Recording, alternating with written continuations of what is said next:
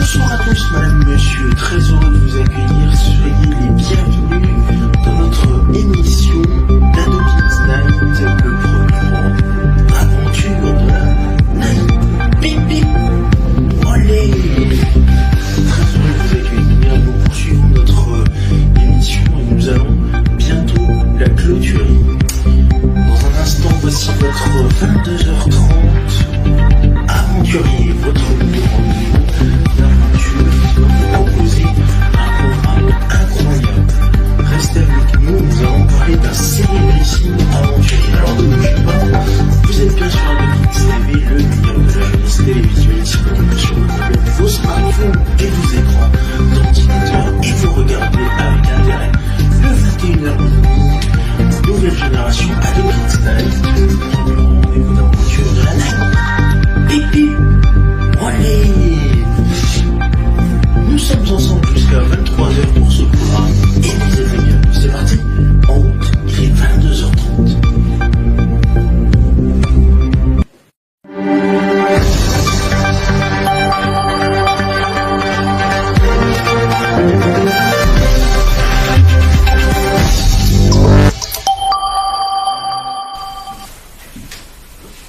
Madame, monsieur, bonsoir et bienvenue à vous pour ce 22h30 aventurier, le premier grand rendez-vous des aventuriers sur Ado Kids TV, dans Ado Kids Night, le premier grand rendez-vous d'aventure de la night. Pipi, olé. Très heureux de vous accueillir et nous allons poursuivre notre aventure avec notre cher ami Magellan. Rappelez-vous, la dernière fois nous avons parlé du 6 mars 1521 où ils parviennent en vue de Guam, aux Mariannes, où ils peuvent se ravitailler partiellement après avoir été pillés par les indigènes venant à leur rencontre à bord de pirogues, l'archipel ayant été baptisé d'après Antonio Pigafetta las Islas de los Ladrones, les îles des voleurs. Ils font ensuite voile pour les Philippines et débarquent le 17 mars sur l'île d'Omoon. Nous en étions restés là, et bien nous allons poursuivre notre aventure. Ils trouvent des paysages idylliques, les épices, les oiseaux multicolores, les indigènes qui semblent pacifiques.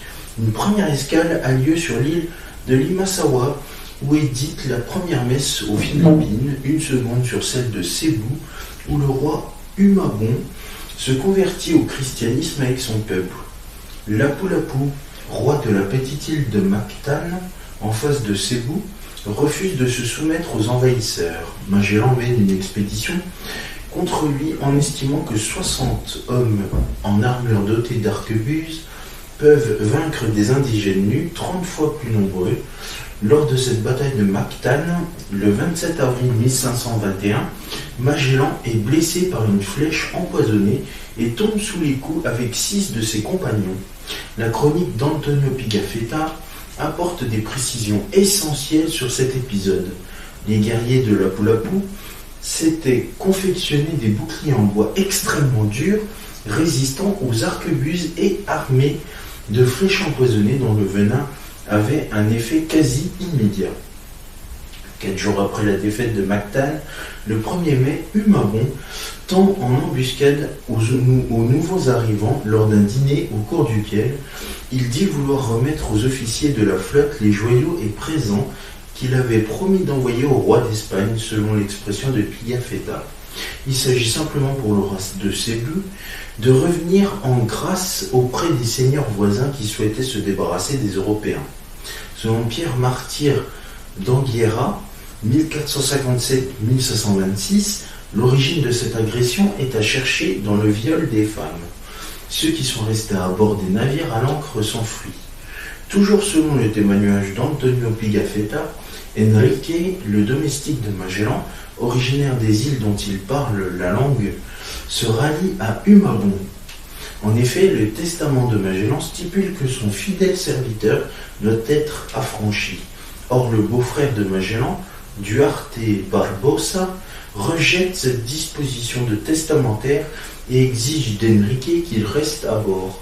Cette contrainte injuste et illégale révolte l'intéressé qui rejoint Humabon. Ce dernier, informé des faiblesses des Européens restés sans chef après la mort de Magellan, estime le moment opportun pour se débarrasser d'eux. Il ne reste alors que 113 hommes désormais placés sous le commandement de Juan Sebastián Elcano. Ce nombre est insuffisant pour assurer la manœuvre de 3 vaisseaux. Le 2 mai 1521, la Conception est brûlée devant l'île de Bohol. La Victoria, 60 hommes dont 13 Moluquois, et la Trinidad, 50 hommes commandés par Joao Lopez de Carvalho, prennent le large, font escale à Palawan pour s'approvisionner en riz, puis atteignent le sultanat de Brunei, dans le nord de l'île de Bornéo, à la mi-juillet. Ils en repartent le 29 juillet et se dirigent vers les îles aux épices, où ils accostent le 8 novembre 1521 à Tidor, une des îles Moluques. Celles-ci sont déjà connues des Portugais. Depuis 1512, le comptoir était dirigé par Francisco Serrao, qui est mort quelques mois avant l'arrivée des navires espagnols. Les équipages cherchent d'épices les 2 navires et repartent. Immédiatement, une importante voie d'eau est découverte sur la Trinidad, qui est contrainte de rester sur place pour faire des réparations, ne repartant que 4 mois plus tard en direction de l'isthme de Panama, connu depuis 1513 des explorateurs espagnols. Mais ne parvenant pas à trouver les vents d'ouest, le navire est arraisonné par les Portugais qui ne trouvent à son bord que 20 marins très affaiblis. La Victoria, sous le commandement d'Elcano, quitte l'île de Tidor le 21 décembre 1521 et s'engage dans des mers qui sont dévolues aux Portugais par le traité de Tordesillas. Le voyage doit donc avoir lieu à l'insu des Portugais, ce qui exclut de faire escale dans un endroit où ceux-ci sont présents.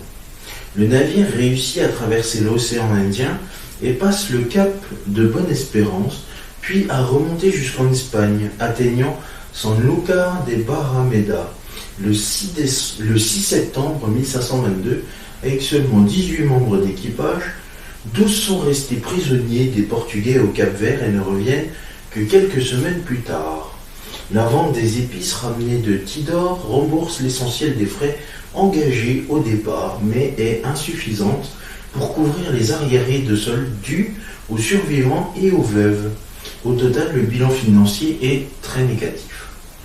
Les expéditions de Garcia Joffre de Loaiza en 1526 et d'Alvaro de Saavedra en 1527, celui-ci partant de Zihuatanejo, actuel Mexique, sur l'ordre du capitaine général de la Nouvelle-Espagne, Hernán Cortés, sont des échecs.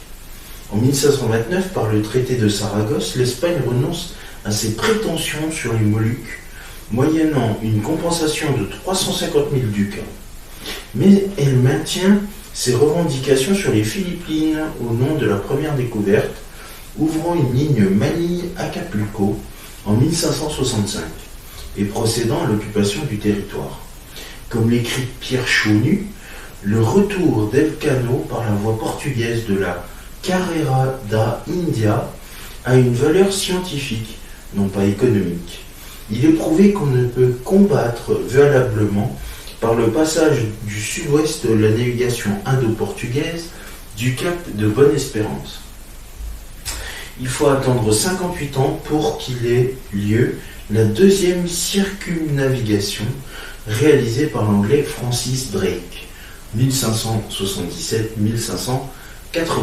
Le détroit de Magellan n'est en fait pas utilisé pour aller de l'Atlantique au Pacifique.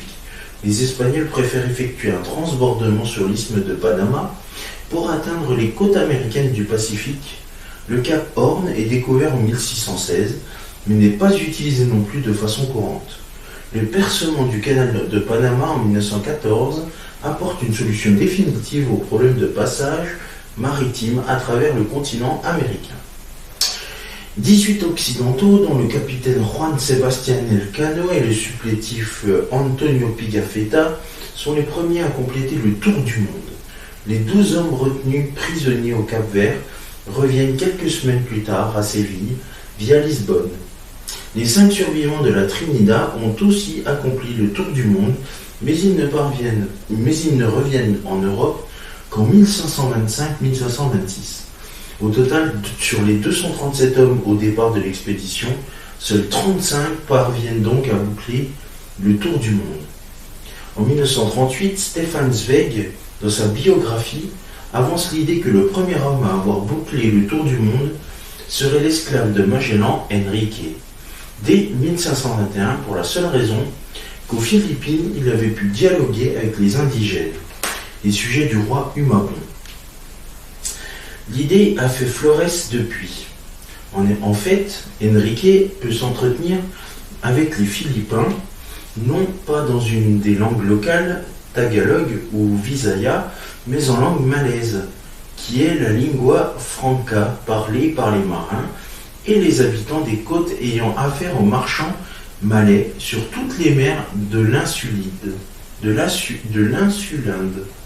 Toutefois, Enrique, originaire de Sumatra et dont la trace se perd aux Philippines, n'a peut-être pas réalisé le premier tour du monde.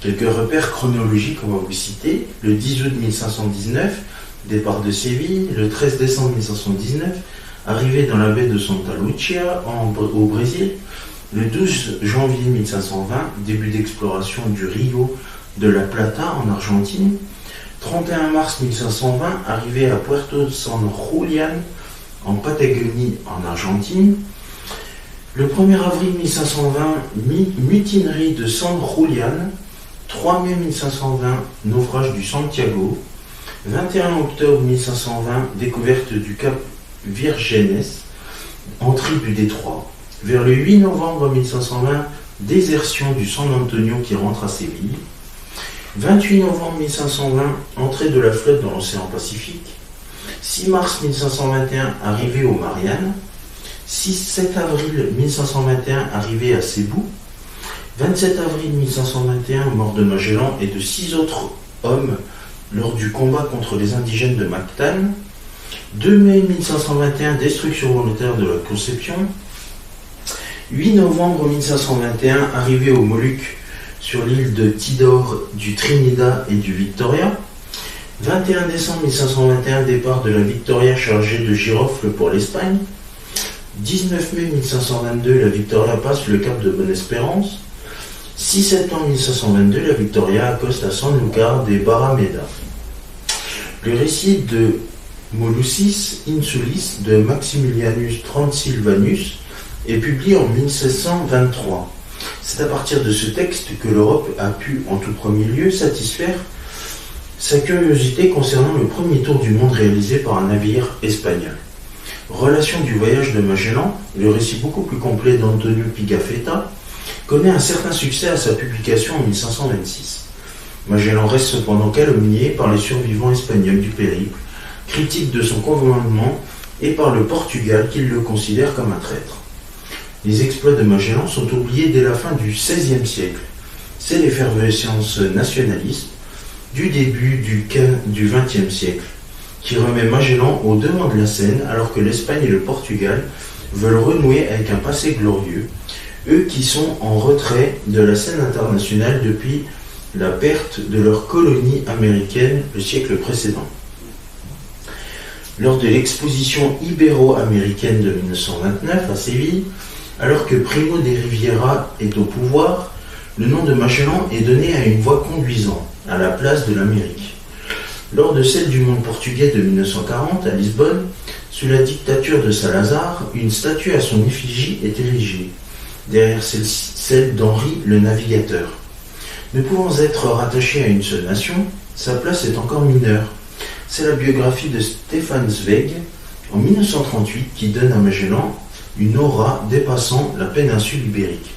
Elle suscite d'autres biographies d'auteurs nationalistes portugais. Le peuple portugais s'est désormais pleinement réapproprié ce personnage. En 2017, le Portugal propose que la route Magellan soit inscrite au patrimoine mondial de l'UNESCO, conduisant à une polémique 2 ans plus tard en Espagne, l'Académie royale d'histoire de Madrid martelant la pleine et exclusive espagnolité de l'entreprise. Une partie de la droite espagnole accuse alors la gauche au pouvoir de brader la mémoire de Magellan en voulant la partager avec le Portugal. La rivalité entre les deux pays ressurgit, en effet, cette année-là, alors que le 500e anniversaire du premier tour du monde est célébré. Lors d'un colloque organisé en 2018 à Valladolid, Primus circumdesti, mais une phrase inscrite sur le blason d'Elcano, l'historien Serge Gruzinski plaidait pour sa part en faveur d'une histoire du tour du monde, sortie de son contexte strictement castillan-portugais et intègre dans une mémoire européenne globale.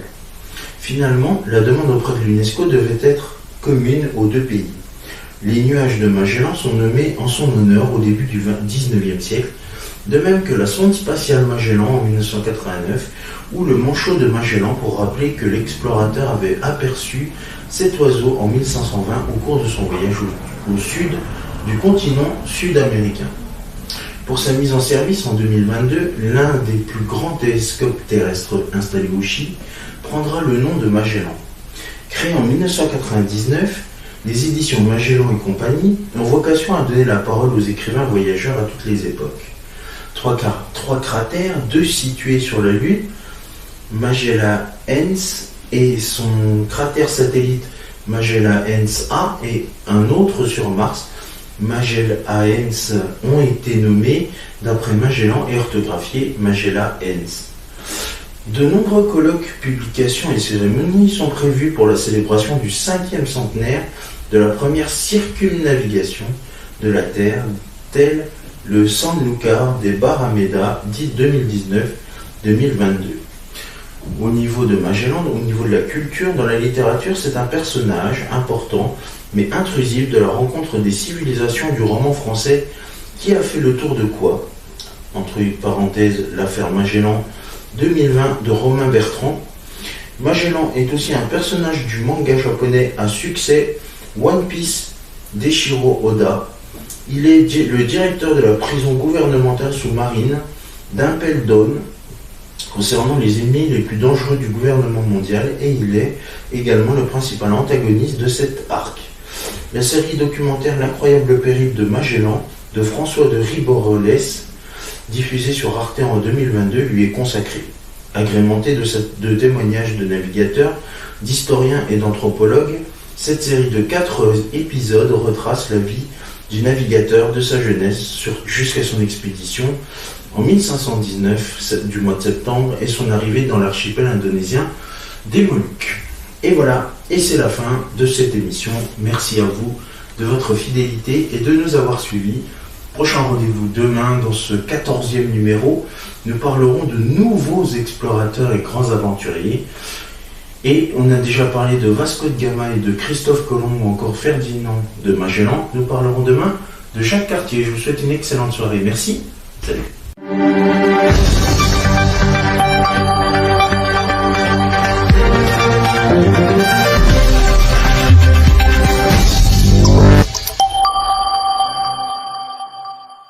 Les petits poussins, mes petits poulets, vous pouvez voir s'afficher sur votre écran les réseaux sociaux, mais aussi le compte YouTube d'AdoKids TV.